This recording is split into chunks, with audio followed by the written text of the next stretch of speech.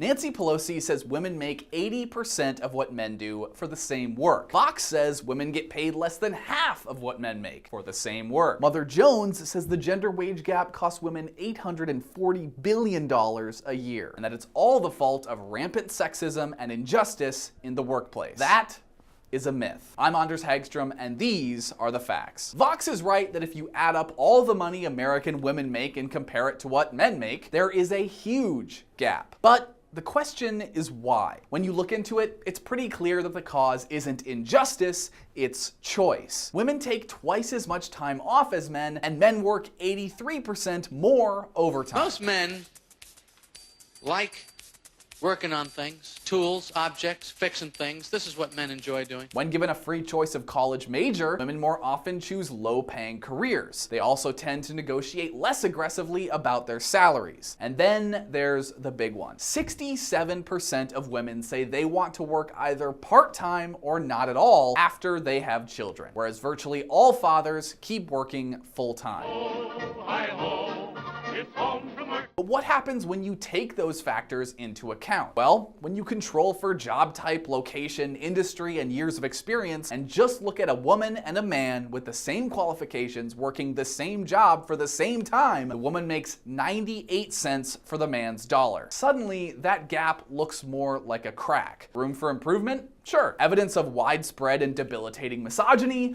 Not so much. In fact, when Google looked into their gender wage gap, they found they were paying women more than men. There goes another narrative. But that hasn't stopped politicians like Nancy Pelosi from sticking to the 80% number. And why should it? So long as stay-at-home moms exist, so will this talking point. And now let's go to some of your comments from last week's video about Jussie Smollett getting off with almost no consequences.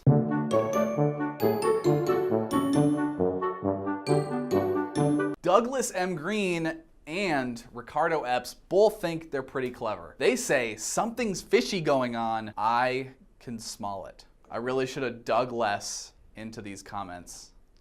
Oh, that's a go one. Douglas Green just got wrecked. That's all I'm saying. I can't really think of one for Ricardo. I'm dying. How Ricardo, you could do something with Ricardo. John Stanley says, hashtag Hollywood privilege. And it's true. It turns out that the same thing that can buy your children's way into college can apparently buy you out of community service time and prison if you fake a hate crime. So that's great. Richard Massey says Chicago is famous for its dirty politics. That's very true. It's not like the Chicago Police Department is some paragon of justice, but this is one of those particular situations where it's pretty clear who's on the right and wrong side. But it is still really funny to see a bunch of conservatives yelling in favor of Rahm Emanuel. Like, imagine 10 years ago, a bunch of conservatives being like, yeah, Rahm Emanuel is right. We love that guy. Mayor of Chicago, ladies and gentlemen. Thanks for watching, and be sure to like and share this video if you liked it and you want to share it. And also be sure to like our page here at the DCNF Presents the Facts and our friends over at American Voices